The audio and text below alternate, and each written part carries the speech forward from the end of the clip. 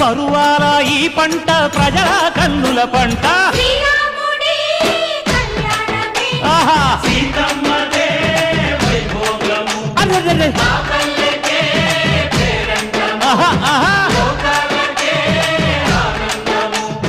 చైత్రమాస కోకిలమ్మ పూల మేళ మెట్టెనంట నింగి వంగి నేల పొంగి జంట తాళమేసెనంట.